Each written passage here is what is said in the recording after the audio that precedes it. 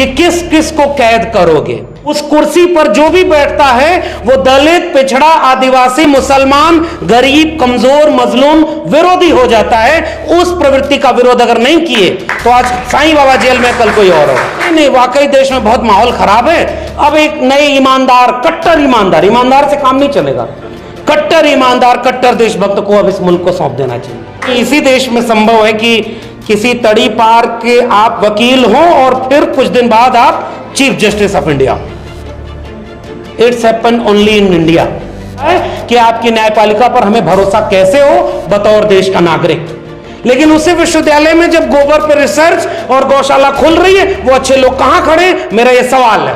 अगर आप अपने विश्वविद्यालय को नहीं बचा पाए तो आप अच्छे किसके लिए हैं? इस बात को, इस मुल्क के निजाम को सामने दिल्ली में खड़े होकर हम ये कहते हैं कि जेल में जिन्हें होना चाहिए वो कुर्सियों पर हैं। मैं तो बार बार कहता हूं, इंदिरा गांधी आज होती तो पछताती कि हमने घोषित इमरजेंसी क्यों लगा दी इस देश में। और बहुत सारे एमपी एमएलए प्रमोशन पा रहे हैं ताकि अगली बार और ज्यादा हेट स्पीच दें, नए स्लोगन ले आए। देश के गद्दारों वाला स्लोगन पुराना हो गया, गोली मारो, जूता मारो। अब इससे बात नहीं बन रही कि मुसलमानों से इस मुल्क में सामान मत खरीदो, इससे भी बहुत कुछ नई बात बनी।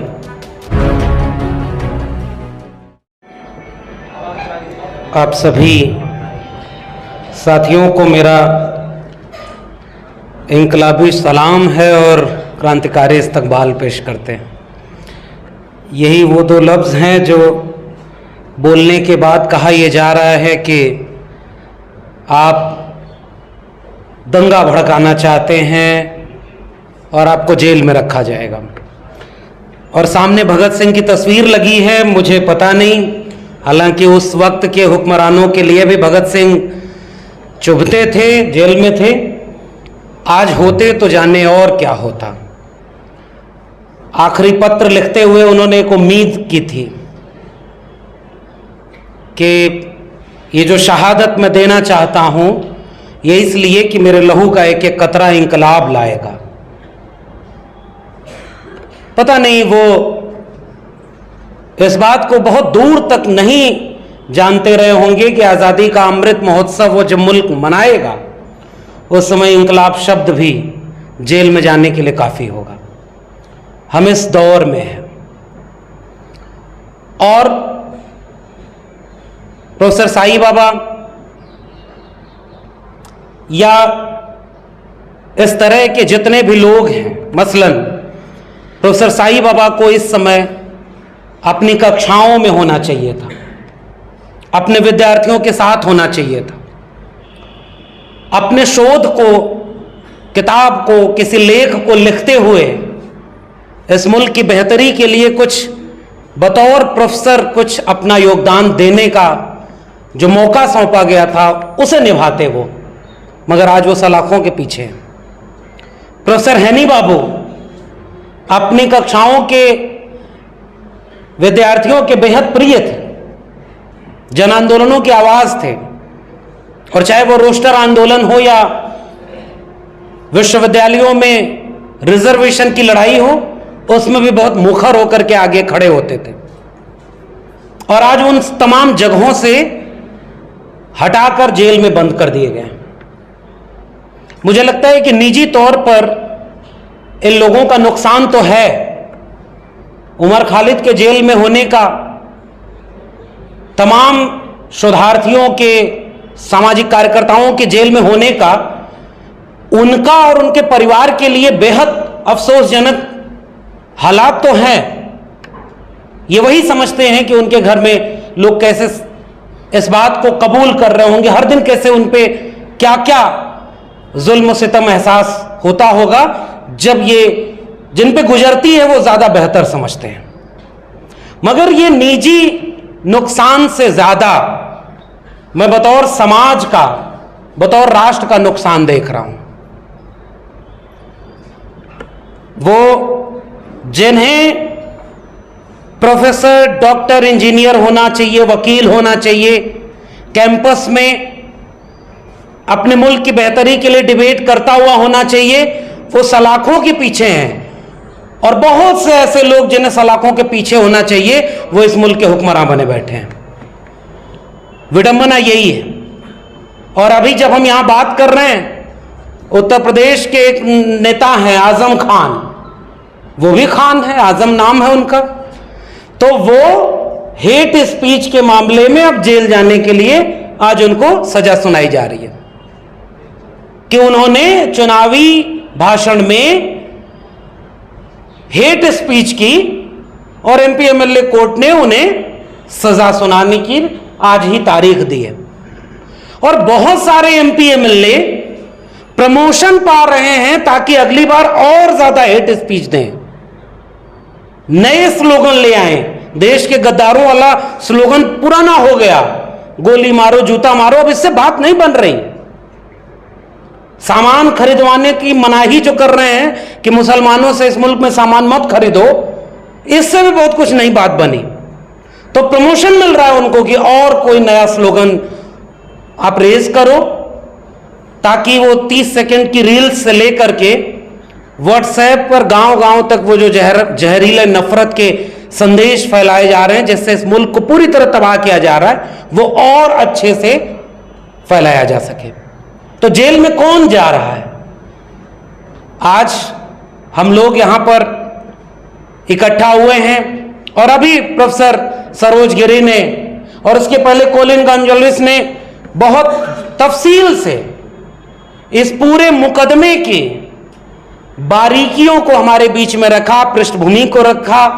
प्रोफेसर सरोज गिरी तो अभी एक बात कह रहे थे कि ऐसा नहीं है, कुछ लोगों को ऐसा लगता है कि इस समय सरकार बीजेपी की है, इसी का विरोध कर लो, देश बच जाएगा, गोया इसके पहले बचा रहा हो। तो इनकी चिंता थी कि अगर ये नहीं होंगे तो कौन होगा। नए नए लोग तैयार हो रहे हैं सर। पहले कोई एक देवता को मानेगा, उसका मंदिर बनवाएगा, तो दूसरा कोई आईआईटी रिटर्न भी आएगा और वो कहेगा नोट पर इनकी तस्वीर लगा दो, इकोनॉमी सुधर जाएगी। तैयार हो चुके हैं लोग, पढ़े लिखे लोग, और उनको ये लग रहा है, उनके प्रवक्ताओं को लग रहा है कि हम तो बीजेपी को काटने के लिए उनसे ज्यादा कट्टर हिंदू बन गए, अब बीजेपी विरोध करके दिखाए। उनका क्या जो इस पूरी डिबेट में है ही नहीं। तो तैयार हो गए हैं लोग और बहुत संभावना है कि बहुत जल्दी वो राष्ट्रीय पार्टी का दर्जा पा जाएं। बहुत जल्दी पूरी मेन स्ट्रीम मीडिया ये दिखाने लगेगी और पूंजी उनके पीछे से ये कहने लगे कि नहीं नहीं, वाकई देश में बहुत माहौल खराब है, अब एक नए ईमानदार, कट्टर ईमानदार से काम नहीं चलेगा, कट्टर ईमानदार, कट्टर देशभक्त को अब इस मुल्क को सौंप देना चाहिए। और इसलिए मैं इस बात से पूरी तरह सहमत हूं कि हम लोग कहीं ऐसा तो नहीं कि कुछ चंद व्यक्तियों या किसी पार्टी या संगठन का विरोध करने लग जाएं, इससे खतरा नहीं टलेगा।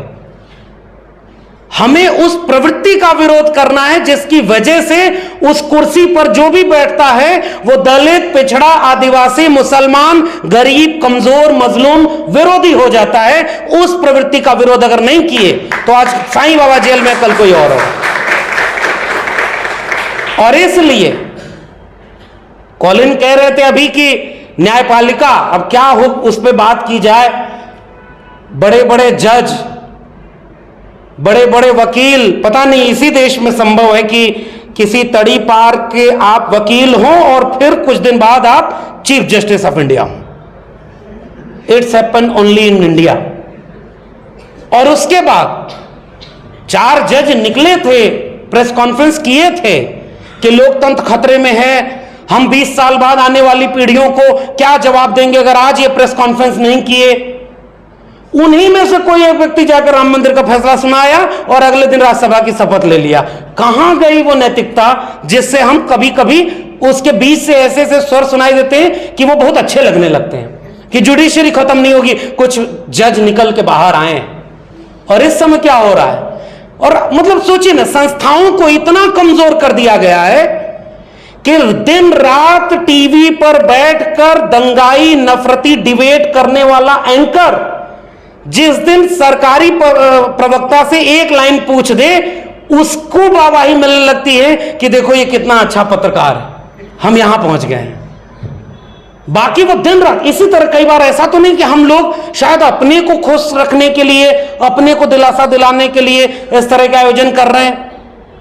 ये आयोजन जरूरी है, मैं जानता हूं कि कितना जोखिम उठाकर लोग ये आयोजन करते हैं और हम लोग भी जो यहां बैठे हैं, ठीक कहा प्रोफेसर साहब ने कि फाइल तो बनी है, बनी हुई है, उसमें नए पन्ने जुड़ेंगे कि आज की बैठक में क्या क्या बोला गया। जी हां, इस बैठक में यह सवाल पूछा जा रहा है कि आपकी न्यायपालिका पर हमें भरोसा कैसे हो बतौर देश का नागरिक, जिस न्यायपालिका में कोई रिजर्वेशन नहीं। आज तक इस देश में रिजर्वेशन को गालियां कितनी दी गई? अच्छा, जिसको गाली पड़ती है ना, उससे पूछिए कि उसके ऊपर क्या गुजर रही है। और अलग अलग समय में अलग अलग लोग निशाने पर रहते हैं, और वो लोग आज ये कह रहे हैं कि जुडिशरी में कोलिजियम सिस्टम नहीं खत्म होना चाहिए। कोलिजियम सिस्टम में कौन है वकील, किसको जज बनाना है, ये सब कुछ तय है, और उसके बाद जो निर्णय आ रहा है वो सीधे सीधे संदेह पैदा कर रहा है। और इसलिए मैं उत्तर प्रदेश से लेकर के या देश के कई हाई कोर्ट से लेकर के सुप्रीम कोर्ट के तमाम न्यायाधीशों के सामने एक सवाल रख रहा हूं। आपके जुडिशरी के लिए तो ये कहा गया कि कोई मुलजिम छूट जाए वो चलेगा, कोई अपराधी बरी हो जाए वो चलेगा, कोई निरपराध को सजा नहीं मिलनी चाहिए। न्याय का इस्तकबाल बचा रहे, वो मुझे लगता है कि इस समय वो पूरी तरह खो चुका है। ढेर सारे बेगुनाह कैद हैं।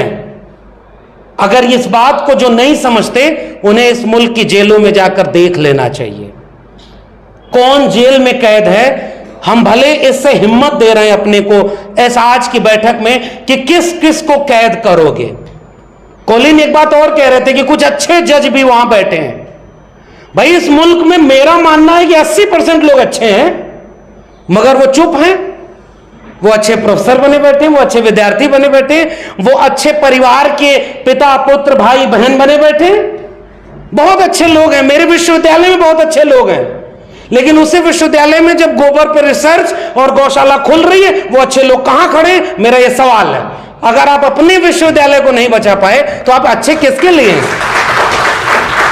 तो वो जज अच्छे किसके लिए? वो समाज अच्छा किसके लिए? वो सारे खामोश लोग हैं। और होता यही है, मैं फिर से कह रहा हूं, इस तरह के आयोजनों में मैं केवल एक बात कहने आया हूं, हम नहीं बचा पा रहे प्रोफेसर साईं बाबा को, प्रोफेसर हनी बाबू को, अनंत तेलतुबड़े को, उमर खालिद को, मगर हम यहां इसलिए खड़े होते हैं और बार बार मिलते हैं और बार बार ये कार्यक्रम करने की जरूरत है ताकि हम खुद को एक हिम्मत दे सकें कि जब सब खामोश हो रहे हैं, जब मुल्क के हुक्मरान कहते हैं झुको और लोग रेंगने लगे, उस वक्त हम एक दूसरे से हिम्मत लेने आते हैं कि नहीं, सारे लोग रेंग नहीं रहे, कुछ लोग हक हुकूक की बात कर रहे हैं, और जो जेल में हैं इस बात को, इस मुल्क के निजाम को सामने दिल्ली में खड़े होकर हम ये कहते हैं कि जेल में जिन्हें होना चाहिए वो कुर्सियों पर हैं। और मैं इस बात को ये कहते हुए कि इन सारे लोगों को बरी किया जाना चाहिए। और कोलिन एक बात कह रहे थे, मैं वही सोच रहा हूं, वो तो पढ़े लिखे समझदार वकील हैं, वो कह रहे थे कि बहुत डर लग रहा है। मैं तो बार बार कहता हूं, इंदिरा गांधी आज होती तो पछताती कि हमने घोषित इमरजेंसी क्यों लगा दी इस देश में। सब कुछ अच्छे से चलते रहने के बाद भी हम दमन करने में कामयाब हो सकते हैं।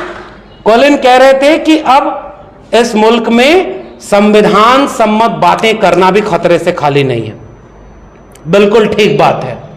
और प्रोफेसर अपूर्वानंद ने जो इस देश के गृह मंत्री और प्रधानमंत्री के बयान का जिक्र किया कि हमें हर तरह के नक्सलियों को खत्म करना है, असल में उनकी मंशा है कि हर सवाल पूछने वाले को खत्म किया जाए, मगर हम ये सवाल पूछते रहेंगे कि हम इनके साथ खड़े हैं।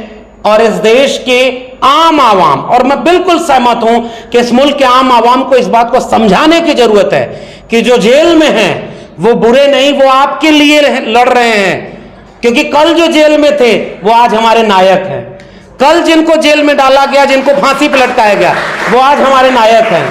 और जो माफी मांगते थे उनको लाख कोशिश कर लो, माफी मांगने वाले कभी नायक नहीं बन पाएंगे। आज आपकी सत्ता है, आप किसी को भी नायक बना लो, मगर जो हमारे हिस्से की लड़ाई लड़ रहे हैं, हम उनके लिए बोलने आए हैं। और उससे बड़ी बात, हम अपने लिए बोलने आए हैं। और हम चाहते हैं कि इन सभी बंदियों को तत्काल रिहा किया जाए ताकि ये मुल्क और इसके आईन को बचाया जा सके। बहुत शुक्रिया।